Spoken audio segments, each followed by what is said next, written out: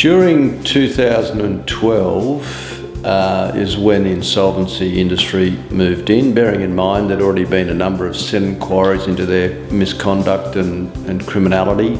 My lawyer showed a particular sociopathic disposition to profit.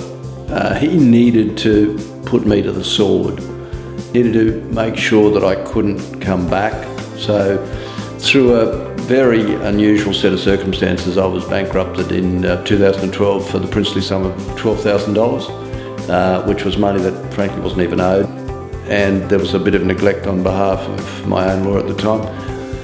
From there, the National Bank jumped in with $1 million of debt that was essentially money that I'd taken out of my own trust. They took over my company and I was sort of held underwater for some time. The media told their version of a story which didn't necessarily forensically cut to the chase.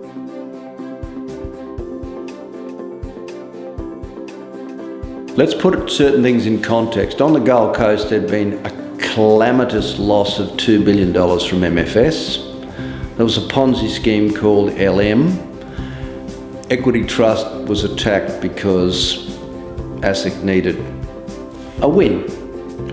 People assume, based on the press, that I had done something wrong, that I had either taken off my head and stuck on a pumpkin, that caused 280 million of assets to turn into 10% in value, or they thought that I'd taken off to Brazil with the money. Everyone draws their own conclusions because when people read what's in the press, they assume that it's got an element of truth. So there was catastrophic loss, ergo it was my fault. I'd suspect that the shrewder people in the marketplace were aware that there'd been some shenanigans.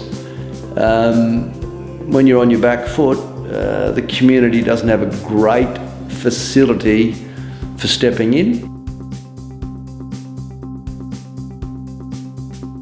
Look, it's hard for me to know how they reacted personally. Look, at the end of the day, I was in survival stance. They wouldn't have even known where I was. I was living an itinerant life, virtually.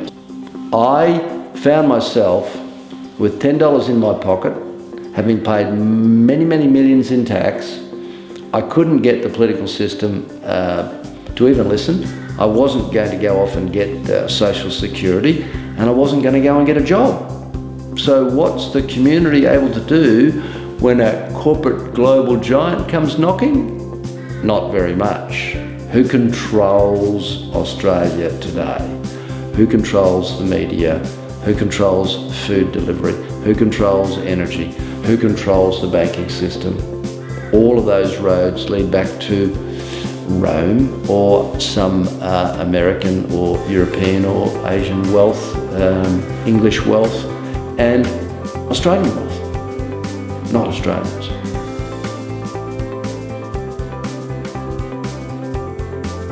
It's very hard to be heard in Australia if people don't want you heard. So you've really just got to beat a drum and make a bit of noise.